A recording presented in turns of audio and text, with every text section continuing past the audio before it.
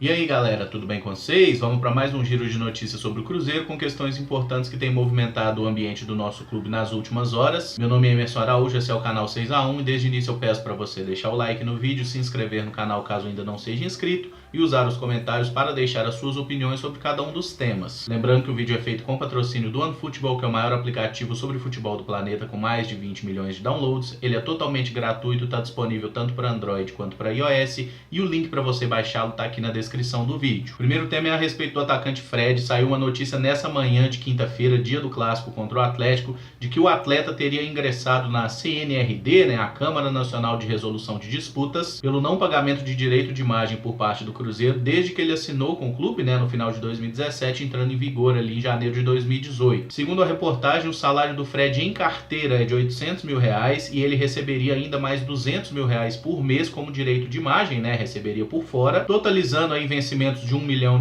por mês, e o Fred até agora não teria recebido em nenhum momento essa questão dos R$200 mil. O Fred já se manifestou desmentindo a informação, a assessoria dele também, o próprio Cruzeiro, então não existe nada disso do Fred estar processando o Cruzeiro por atraso em parte do salário, porque o direito de imagem é também parte do salário, só que é pago dessa forma até para questões burocráticas, e para o time se livrar de alguns encargos trabalhistas. É uma prática bem comum entre os times de futebol. Só que o que incomoda muito é sair essa notícia no dia do clássico, e aí eu concordo que realmente é o tipo de notícia plantada e extremamente mal intencionada. Inclusive o empresário do Fred já deu entrevista sobre isso, falou que sim, o Cruzeiro está com atraso nesse pagamento de direito de imagem para o Fred, e falou que ele também não recebeu a comissão que foi combinada, quando as partes acertaram o contrato. Então sim, o Cruzeiro está em atraso com o Fred, e se o Fred tivesse entrado na justiça contra o Cruzeiro, não estaria fazendo nada de absurdo, porque estaria cobrando uma coisa que foi assinada e o clube ainda não cumpriu. Agora, seria no mínimo canalha se qualquer jogador do Cruzeiro fizesse isso num momento como esse, que o Cruzeiro está completamente fudido,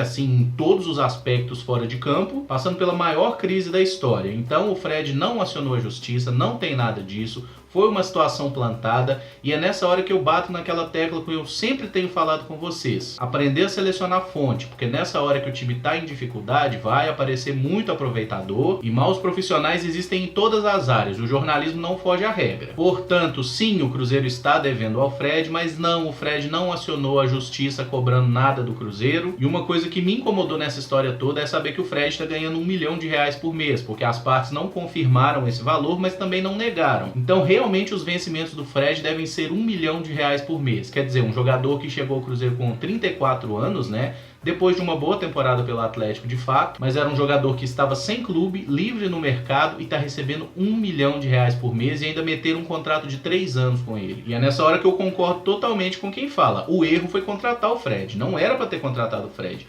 Por esse valor, é totalmente inaceitável que ele tenha vindo para o Cruzeiro. Mas ele está errado? Não. Errado tá quem resolveu pagar isso. Errado tá a diretoria que paga um valor absurdo desse, porque sabe, que a bomba vai ficar para as próximas gestões, é o clube que vai se ferrar. Se houvesse uma jurisprudência da justiça ir lá agora e pegar o patrimônio do Wagner Pires, o patrimônio do Gilvan, que fez um monte de merda, patrimônio do Perrella, patrimônio do Itair também, eu duvido que eles fariam essas irresponsabilidades com o dinheiro do clube. E só um parêntese sobre esse agente do Fred aí, o Francis Melo, que esse camarada inclusive foi o meu patrão, tá? Quando eu falo com vocês que eu trabalhei em assessoria de jogadores, foi justamente para essa empresa aí. Na época não tinha tanto foco em agenciamento de atletas, era mais questão de assessoria de imprensa mesmo, e foi a parte que eu atuei. Eu atuei em assessoria de imprensa, não nessa parte de assessoria de agenciamento de atletas. Mas é essa empresa mesmo, e confesso que fiquei um pouco puto, porque o camarada aí, o patrão ganhando quase 3 milhões em uma negociação de jogador, e na época amarrava para pagar um salário mínimo para nós, não dava nem vale transporte. Sacanagem isso aí, hein? Mas nem só de notícia ruim vive o Cruzeiro. Vou falar agora de 3 coisas que eu particularmente acho que foram boas. A primeira delas é a renovação de contrato do Robinho. O jogador assinou um novo vínculo com o Cruzeiro até o final de 2021, lembrando que o contrato dele atual vencia agora no final do ano. Para efeitos burocráticos, eu creio que o Robinho vai seguir emprestado, pelo Palmeiras ao Cruzeiro até dezembro, e assim que terminar o contrato em dezembro é registrado então um novo contrato dele com o Cruzeiro, valendo aí para os anos 2020 e 2021. Gostei da renovação, acho o Robinho um jogador importante, gostei do prazo de renovação, porque não é um prazo muito longo também. Se a gente olha na prática, são 2 anos de contrato. E acredito que o Robinho vai poder nos ajudar bastante aí nessas próximas temporadas, porque é um bom jogador. Foi também noticiado que o Cruzeiro recusou uma oferta do Independiente da Argentina pelo volante Lucas Romero. O valor da negociação seria de 2.300.000 dólares pelos 50% do passe que pertence ao Cruzeiro. E sinceramente, se eu sou um dirigente do Cruzeiro, o pessoal do Independiente vem até mim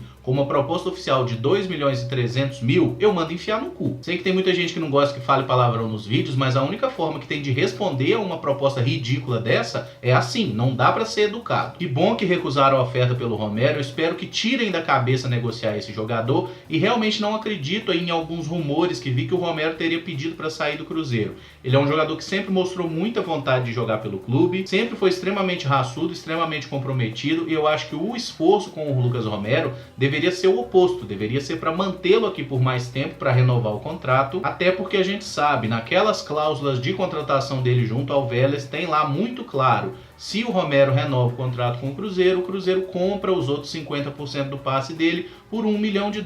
E eu entendo que nesse momento o Cruzeiro pode ter uma dificuldade financeira para fazer esse pagamento, mas em alguns momentos aí, em outras temporadas, o Cruzeiro tinha caixa suficiente para fazer essa compra. Não é à toa que estava aí comprando Bruno Silva, pagando 3 milhões em empréstimo de Pedro Rocha. Já podia ter resolvido essa situação do Romero há muito tempo, né? Mas é mais um exemplo de como a diretoria é incompetente e incapaz de ler os próprios contratos que assina. E para fechar com a melhor notícia de todas, né? O Itair Machado foi afastado do Cruzeiro pela Justiça em decisão que saiu nessa noite de quarta-feira. O Cruzeiro já se manifestou através de nota oficial, falou que o Itair Machado esteve no clube nessa manhã, mas que ele já está aí afastado oficialmente do clube, né? Já tomou as providências nesse sentido. A única coisa que eu lamento nessa história do Itair Machado é que demorou muito. Ele já deveria ter sido afastado há muito tempo, mas a gente tem que entender que esse afastamento é temporário e não significa, por enquanto, que o Cruzeiro está livre desse sujeito. Até porque a investigação ainda vai correr mais tempo, até que se prove o contrário, ele ainda é funcionário do Cruzeiro. E se as próprias pessoas não têm a decência de se afastar enquanto é feita a investigação, pelo menos a justiça mandou bem nessa aí. Torço para que também Wagner Pires e Sérgio Nonato sejam afastados o quanto antes e para esse trio não voltar nunca mais. Sei que todo mundo tem direito à ampla defesa, mas a gente já tem material suficiente para saber que eles fizeram diversas irregularidades e colocaram o Cruzeiro na pior crise da história. O nosso clube hoje é sinônimo de tudo quanto é coisa ruim que vocês puderem imaginar. São crimes de diversas naturezas sendo cometidos há algum tempo. É lógico que isso não começou com a atual diretoria e é lógico que isso também acontece em outros clubes.